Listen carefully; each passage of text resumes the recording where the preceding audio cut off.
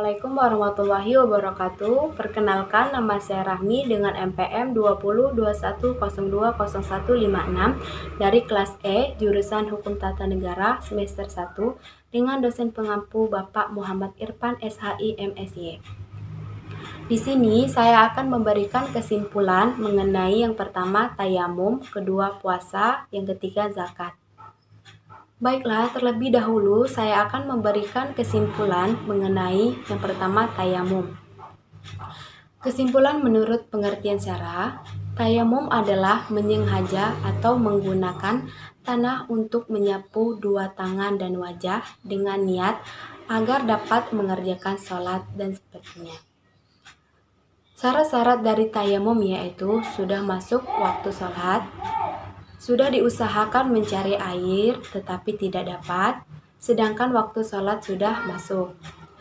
Dengan tanah yang suci dan berdebu, serta yang terakhir menghilangkan najis. Adapun rukun-rukun tayamum ialah niat, mengusapkan wajah atau muka dengan tanah, mengusapkan kedua tangan sampai ke siku dengan tanah, dan menertibkan rukun-rukun tersebut. Sedangkan hal-hal yang membatalkan tayamum yaitu setiap perkara yang membatalkan wudhu dan ketika adanya air.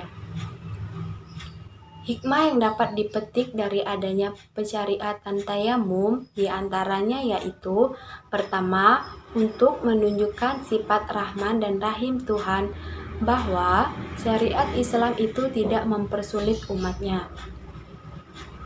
Manusia diperintahkan melaksanakan ajarannya sesuai dengan kesanggupannya masing-masing. Bila tidak ada air atau dalam keadaan sakit yang tidak boleh menggunakan air, maka Allah memberikan kemurahan dengan memperbolehkan menggunakan debu sebagai pengganti air. Kedua, hikmah yang terdapat pada tanah sebagai pengganti air untuk bersuci antara lain adalah tanah mudah didapat dan juga dapat melemahkan nafsu amarah kita. Karena tanah yang biasanya kita injak pada saat tayamum harus kita sapukan pada wajah kita. Ini berarti menunjukkan keikhlasan dan kesabaran kita. Ketiga, menyadarkan akan asal manusia diciptakan, bahwa dirinya diciptakan dari tanah. Ini berarti menunjukkan manusia agar bersifat merendahkan diri dan tidak berlaku sombong.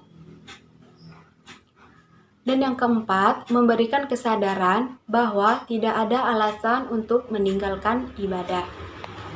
Hal ini juga menunjukkan keluasan ajaran Islam yang lengkap sesuai dengan kebutuhan manusia. Lalu kesimpulan yang kedua mengenai puasa. Baiklah, materi selanjutnya berjudul puasa. Puasa adalah salah satu rukun Islam, maka dari itu wajiblah bagi kita untuk melaksanakannya. Puasa dengan ikhlas tanpa paksaan dan mengharapkan imbalan dari orang lain.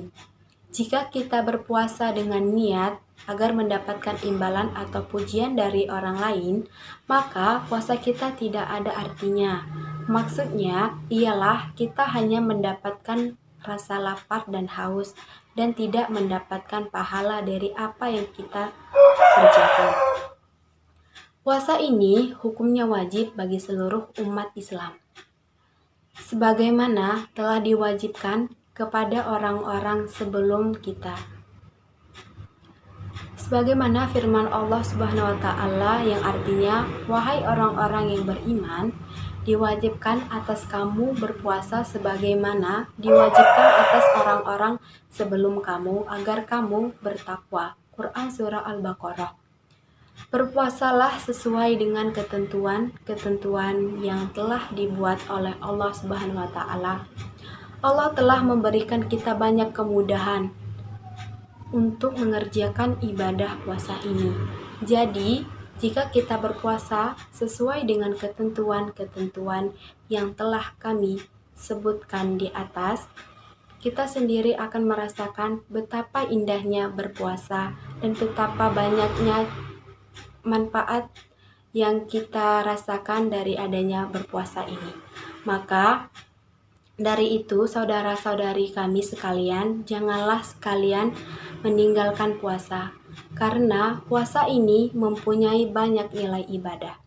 Mulai dari langkah, tidur, dan apapun pekerjaan orang yang berpuasa itu adalah ibadah.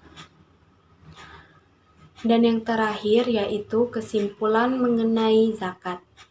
Zakat adalah salah satu rukun Islam. Zakat secara bahasa berarti tumbuh dan bertambah. Dan menurut syariat, berarti sedekah wajib dari sebagian harta. Sebab dengan mengeluarkan zakat, maka pelakunya akan tumbuh mendapatkan kedudukan tinggi di sisi Allah Subhanahu wa taala dan menjadi orang yang suci serta disucikan. Juga bisa berarti berkah, bersih, suci, subur, dan berkembang maju. Macam-macam zakat secara garis besar ada dua macam, yaitu zakat harta, benda atau mal, dan zakat fitrah. Mengenai zakat mal sendiri menurut bahasa berarti harta. Jadi zakat mal yaitu zakat yang harus dikeluarkan setiap umat Islam terhadap harta yang dimiliki, yang telah memenuhi syarat dan nisabnya. Sedangkan zakat fitrah di sini berarti juga zakat badan atau tubuh kita. Setiap menjelang Idul Fitri, orang Islam diwajibkan membayar zakat fitrah sebanyak 3 liter dari jenis makanan yang dikonsumsi sehari-hari. Harta-harta yang wajib dizakati diantaranya emas, perak, hasil tambang, dan tanaman jahiliyah, penemuan benda-benda terpendam, lalu barang dagangan, makanan pokok dan buah-buahan, lalu binatang ternak, perusahaan dan penghasilan. Sedangkan para mustahik zakat yaitu fukara, masakin, amilin, muamalaf, rikaf, ghorimin, sabilah, dan ibnu sabil. Humus itu dibahas secara khusus oleh mazhab Imamiyah. Humus adalah membayar 1/5 dari harta benda yang tersisa dalam 1 tahun dan juga harta-harta penemuan. Harta-harta yang dikumpulkan tersebut menjadi hak seluruh umat Islam untuk kemaslahatan hidup mereka dan imam yang ada pada masanya. Berarti sekarang menjadi milik Imam Mahdi. Zakat artinya pembersihan dari membersihkan atau pertumbuhan atau tumbuh.